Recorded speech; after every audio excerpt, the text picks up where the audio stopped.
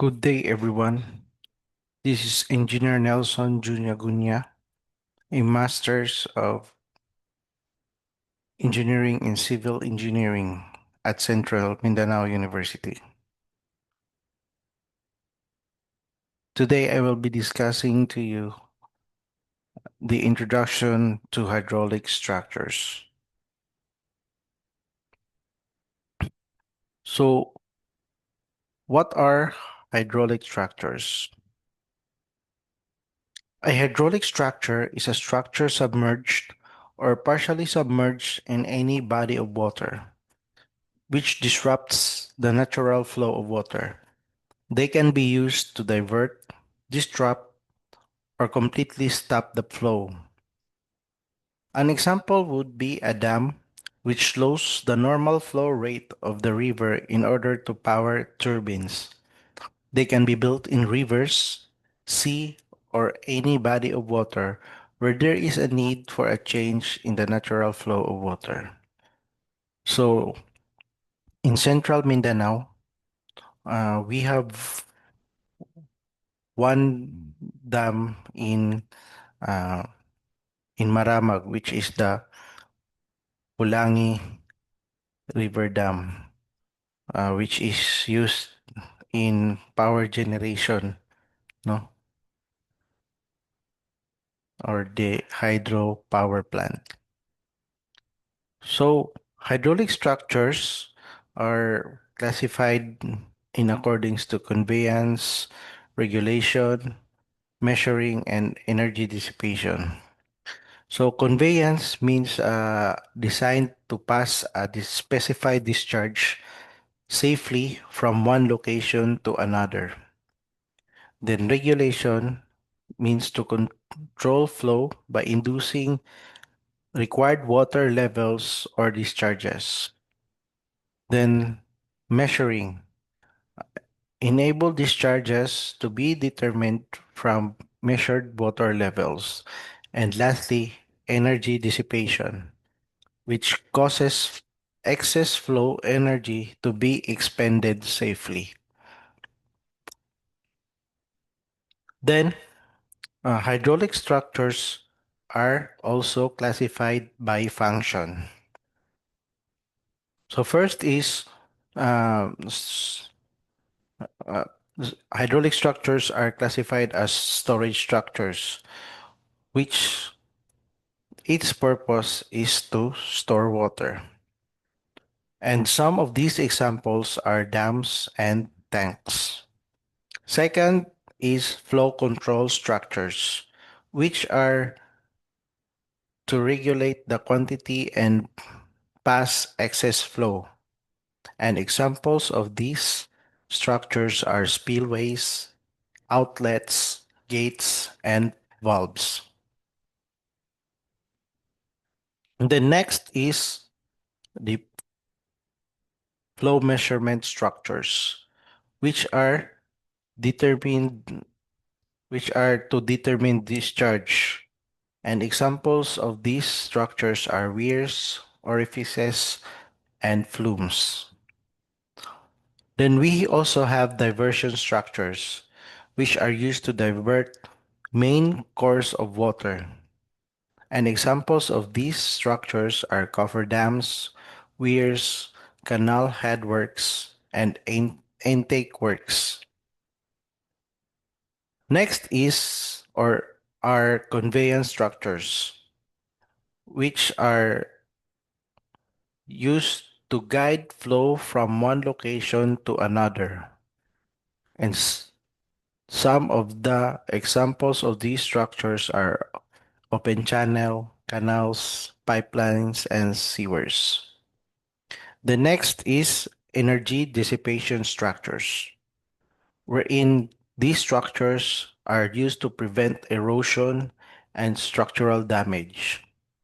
And examples of these structures are steeling basins, surge tanks, and check dams. Next are shore protection structures.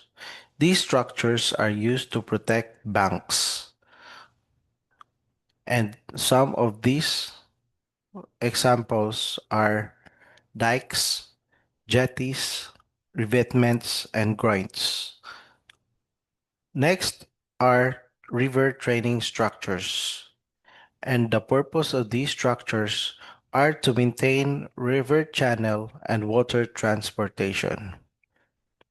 Example of these structures are levees, cut-offs, locks, piers, and culverts. The next are sediment and quality control. These structures are used to control or remove sediments and pollutants. And examples of these structures are rocks, screens, traps, filters, and sluiceways. Then lastly, hydraulic machines, which are to convert energy from one to another. And examples of these are pumps, turbines, and rams. So what are the purposes of hydraulic structures? First is for flood control.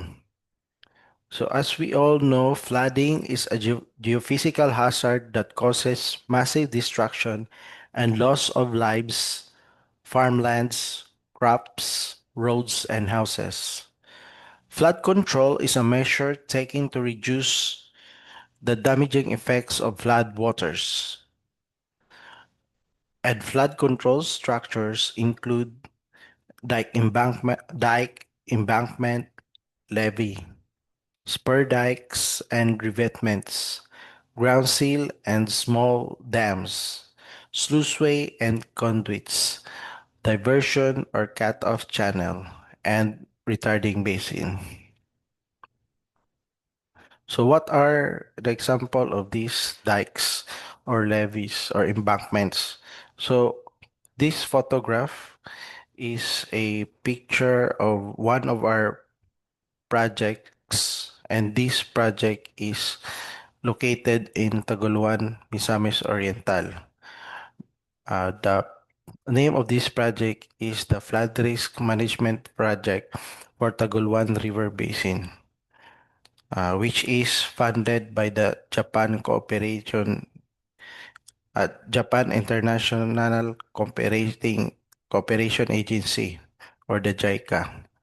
So as you can see, the dike is made up of uh, earth, or which we also call the earth embankment or earth type dike. The next is spur dike and revetment. So at the left photograph, you can see these four structures here. These are the spur dikes, and these spur dikes are made of hexapads, concrete hexapads. So these spur dikes are used in order to induce sedimentation in the riverbank, especially on the outer bends of the channel, because on that portion of the river or bank, uh, energy from the river is very high on that area and is prone to scouring. So in this situation, since we have here a flood control structure, which is a uh, flood wall, so to prevent further damage or river scouring at that portion, we constructed spar dike in order to protect that area and to induce uh, sedimentation on that side.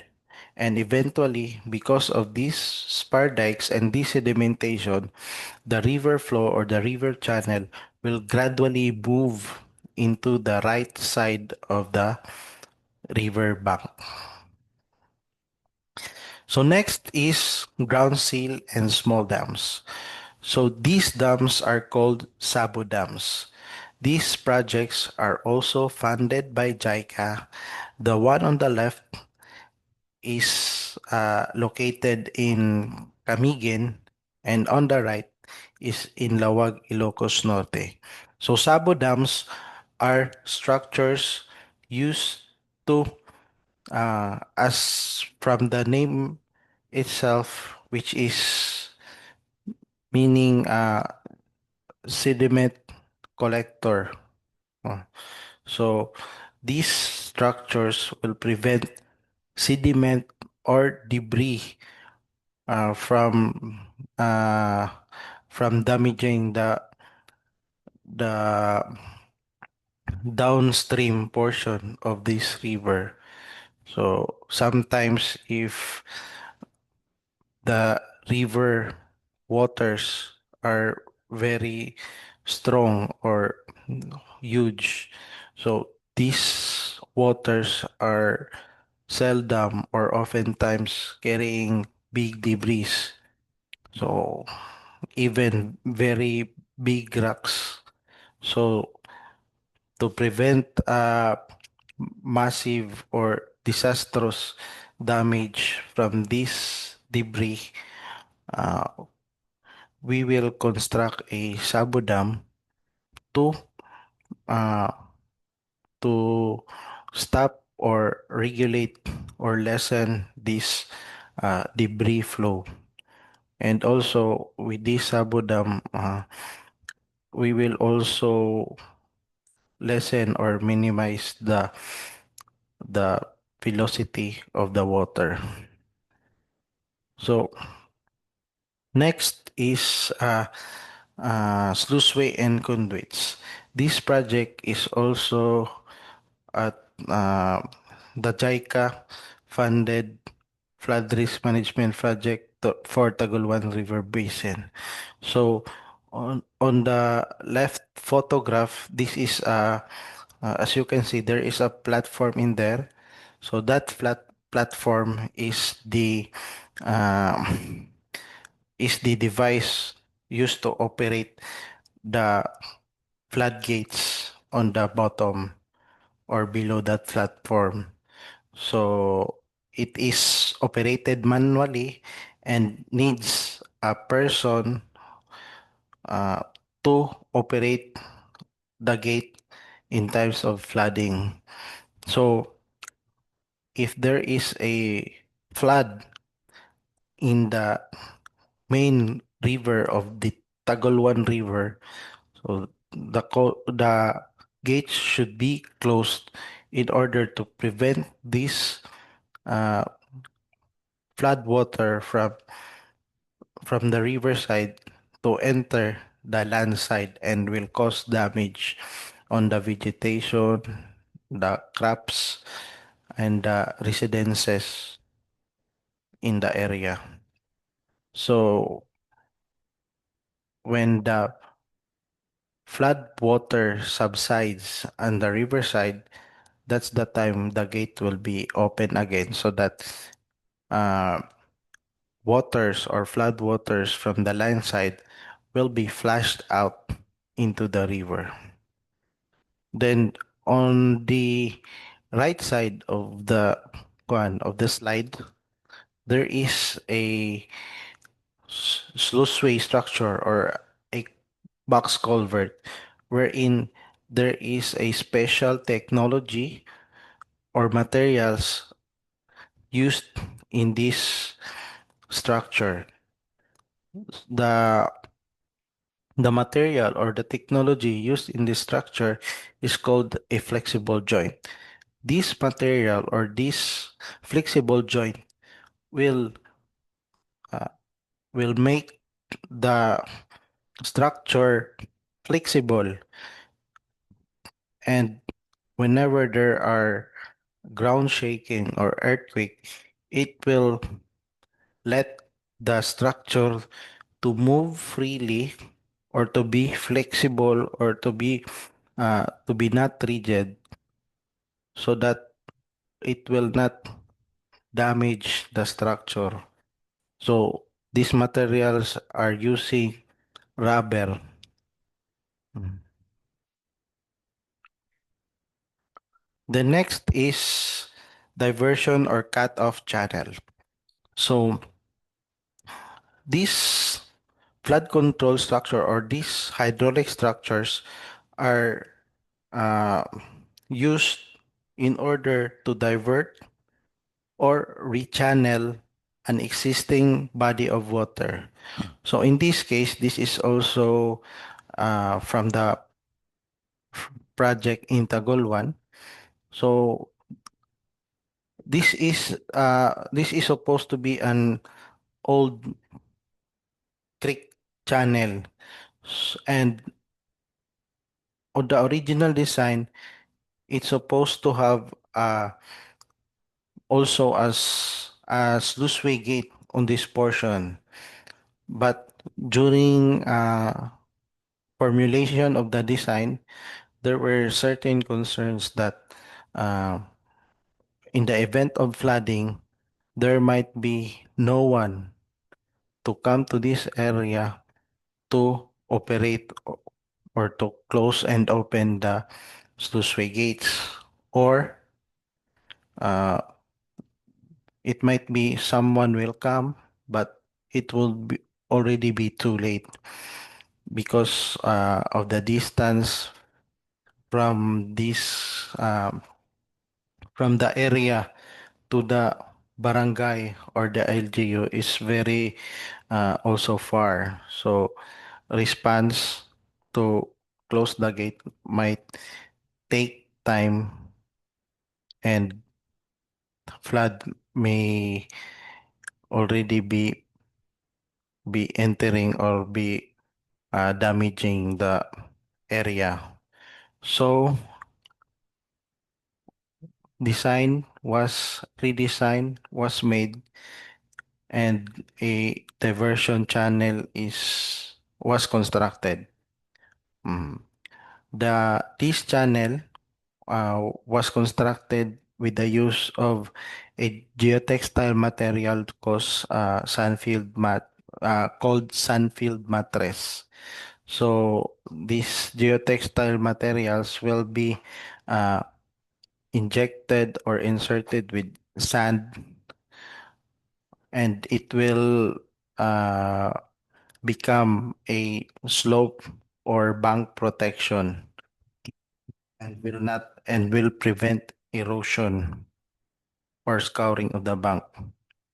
So, and in the long run, these materials uh, will be allowed to to grow vegetation. So later on, this material or this slope will already be filled with grasses or sadding. Then next is retarding basin. So this structure uh, is one of our projects in Cavite. So retarding basins uh, are hydraulic structures used to store temporarily flood water. So since Cavite is a low elevation, even negative sea level, so it is expected that uh, this area here will be prone to flooding. So since since it will be typically be submerged to floodwaters, it was recommended or uh, it was recommended to construct a retarding basin. So, and this retarding basin in times of rainy season or in times of flooding, floodwaters will be temporarily stored here. And then when uh, flood will subside, it will or the rain will stop. Waters collected in this retarding basin will be gradually be pumped out of the basin to the river channel. Then next purpose of hydraulic structures is for power generation. Hydropower generation is the production of electrical energy from running water through turbines without reducing its quantity. And benefits of these structures is that it is flexible and long-lasting, less environmental pollution, cost-effective renewable energy, and lastly, reservoirs can mitigate drought and aid climate change goals. So, so power generation. So, this kind of structure, hydraulic structure, was also explained or presented on the construction of the Hoover Dam, no? So the Hoover Dam is a at first it was originally uh, designed or implemented to mitigate flooding in the area. Mm. And then so to expound or to multiply the benefits of these dams, uh, hydropower electric plant was also developed or constructed in that within that dam, no? So that's one purpose of the hydraulic structure. Next purpose is for navigation, wherein inland water transportation plays a significant role in national and global markets. Building dams and reservoirs raises water capacity, straightens navigation channels, and supports the passage of shipping vessels. Next is irrigation schemes. For irrigation to be successful, the water supply from sources must be adequately available whenever needed and at a reasonable cost. Operation and maintenance should also be cost effective.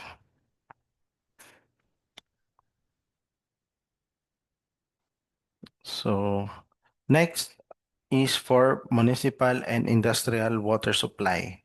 So multipurpose hydraulic structures are the primary storage and source for most domestic and industrial water supplies for food processing, mining, and power plants. The next is for environment protection. Includes farmland improvement by controlling soil erosion, environmentally friendly hydropower, improve water quality, aquatic food supply, and recreational development.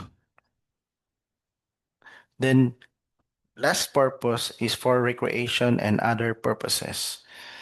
So many hydraulic projects also serve as a place for tourism, recreational, and port activities. Recreational activities might include swimming, fishing, boating, canoeing, scuba diving, and lakeside walking. These activities provide job opportunities, generate income for the government, and conserve the natural environment. So, we have one example of hydraulic structures which was turned into a recreation or tourist spot was the dam in, I think that's in Cagayan, Tugigaraw, or Lawag, Ilocos Norte. So that structure, the dam, uh, uh, it was originally made for flood control. But since people are fascinated with the project, uh, gradually tourism on that area uh, suddenly boomed. And in fact, uh, many people are already uh, having a swimming there, a picnic, and even and it was already turned into a tourist spot. So that's one purpose of this hydraulic structure. The next is historical development of uh, hydraulic structures. So originally, uh, hydraulic structures were uh, this the formulation or the history of these structures or these systems was uh, was the origin was not yet identified when it started because some of these technologies and these infrastructures were still prehistoric. An example of some fascinating hydraulic structures are from the era or the civilization of Greece and Rome, wherein they developed complex aqueducts, irrigation, and canals. And some examples of these hydraulic systems are the tunnel of Eupalinos in Greece and Roman cisterns in Rome. So these structures are already very ancient uh, and and up to present these hydraulic structures are still functional. So it's very fascinating and it's very uh, the ingenuity of those civilizations was very good that they have built so um, very what's this sustainable and durable structures, no, that it has stood so many years, even millennia. The next is the hydraulic structures developed by the Egyptians and the Babylons. The Archimedes screw, the oldest positive displacement pump, was used for irrigation on the Nile and possibly also for the Hanging Gardens of Babylon. The next is uh, during the Persian era or Persian civilization. So one example is the Shushtar historical hydraulic system. I think this was developed around uh, third century or 300 AD. Was a colossal project for water supply, irrigation, mills, and defense. So huh, we can see that these hydraulic structures are very fascinating because it have stood over many centuries, millennia, and and through time or even on the present, they are still functional and intact. Then, during the Roman and early modern era, Romans are known for advanced aqueducts, in-stream regulation devices, and reservoirs or cisterns for reliable water supplies. During the 17th century, Simon Stevens discovered the hydrostatic paradox, wherein Galileo Galilei studied gravitational acceleration and its effect on water. And on 1738, Daniel Bernoulli published Hydrodynamica, wherein he describes the water behavior, equilibrium, pressure, and speed, and which is now uh, famously called or Bernoulli's principle. And in fact, uh, it's still used to used today. Then in 1795, Joseph Bramah patented the hydraulic press using Pascal's discovery to create large amounts of power. Then during the industrial era, which is the 19th to 20th century, this era saw the construction of large-scale hydraulic projects, including major dams, reservoirs, and navigation locks to support industrial growth, water supply, and early hydropower generation. So during this era, also the Hoover Dam was constructed. So imagine from from that era until now, the Hoover's Dam have withstood the tests of time. So and even now it has generated uh, power in many states in the United States. So it's very impressive, no? And next is mid to late 20th century, which is this is the present. The focus expanded to include environmental concerns and public health issues. The development of computational models and new lab instruments allowed for a deeper understanding of complex water flow dynamics. So, at present or in our era, we are not just implementing projects or hydraulic structures uh, uh, through engineering, no?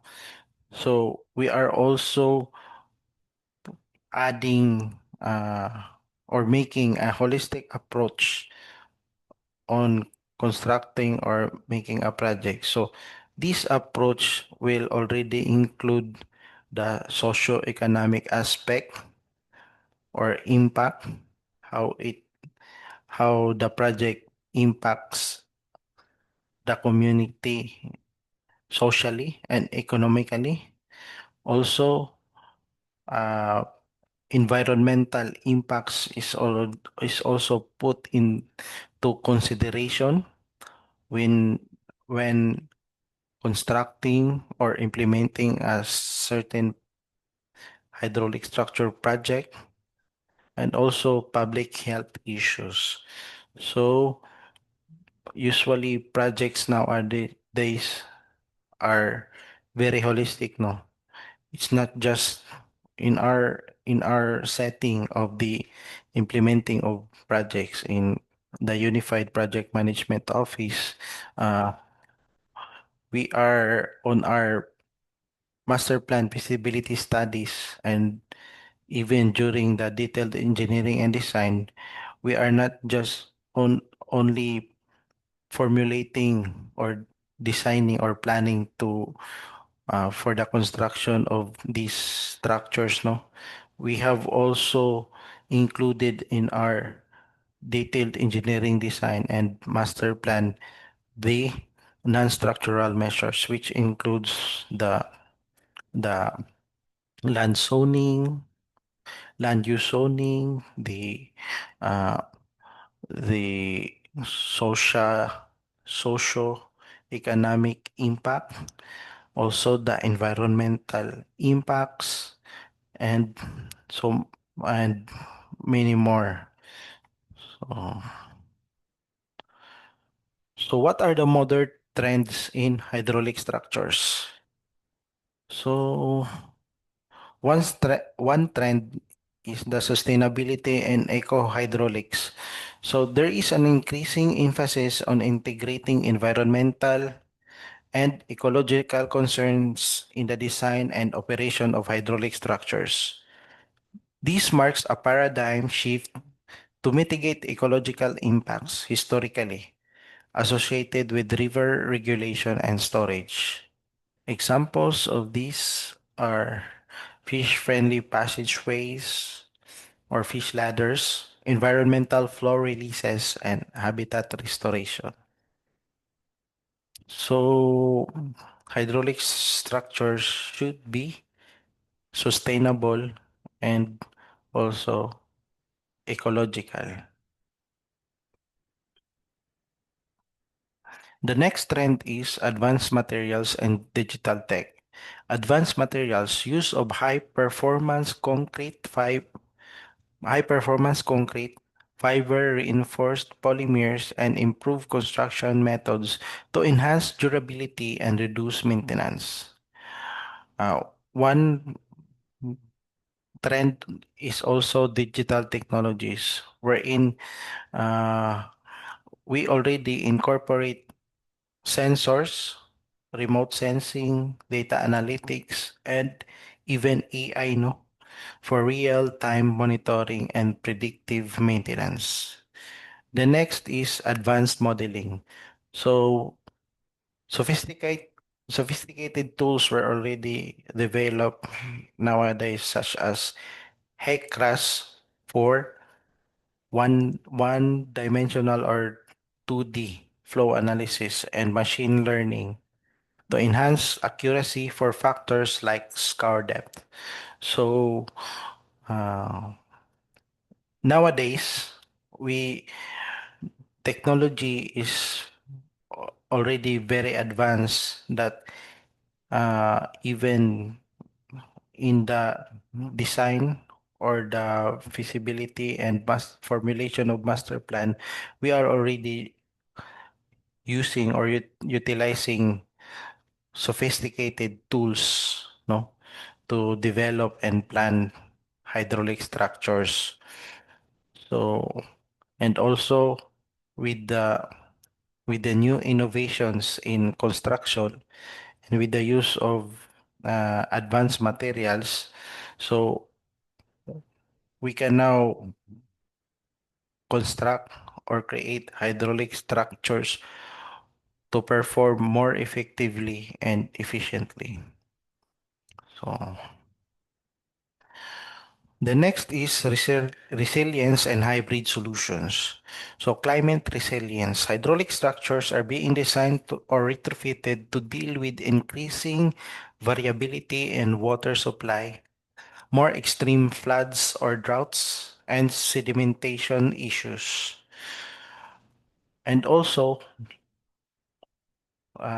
one common trend or the one trend in hydraulic structures at present is the nature-based and hybrid solution, which is blending of engineered structures with natural or semi-natural systems.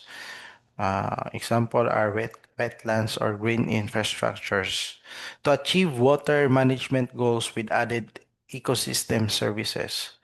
So, so in today,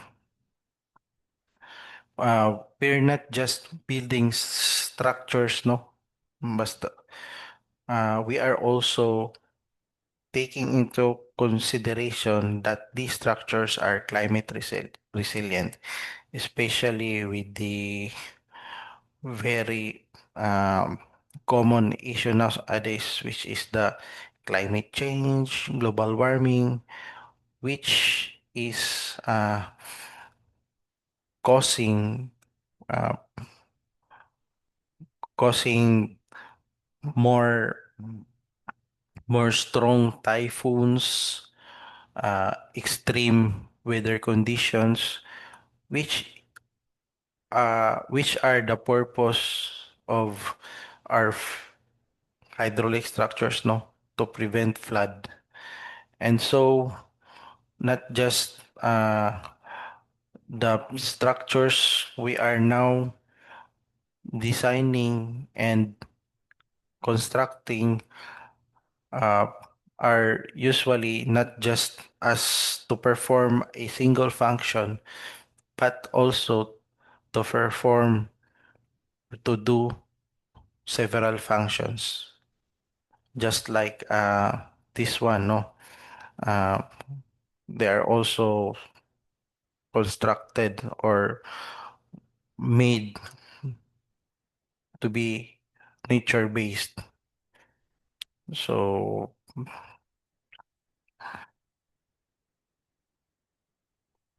so these structures um, sometimes for example the dams are not just constructed to perform as a ano, for power generation. Sometimes these dams can also perform as power generation facility and also at the same time to be a flood control structure. So that's the common or the trend that high engineers are formulating in the design of hydraulic structures. So overview of water resources systems.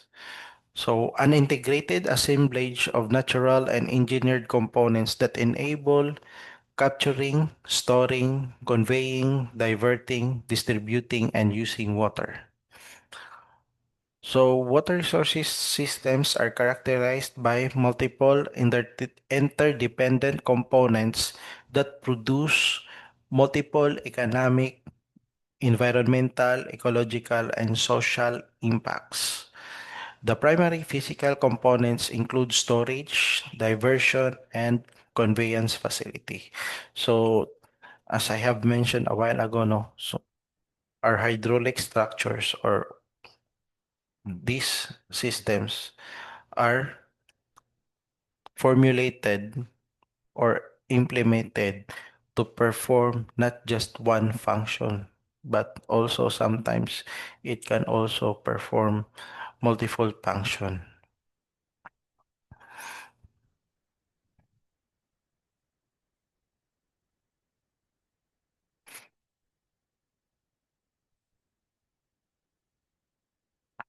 The next is the system components. So system components are for storage, which is to hold water for later use. So some of the examples of this one are surface reservoir dams, groundwater aquifers. Then also for diversion, which is taking water from a source and directing it into a canal, tunnel, or pipeline. Then for conveyance, movement of water from one location to another. So these are the references that I have used in my report. And that's all for my presentation, which is Introduction to Hydraulic Structures. And once again, this is Engineer Nelson Jun Yagunya, taking up Master of Engineering in Civil Engineering at Central Mindanao University. And thank you very much for your time and attention.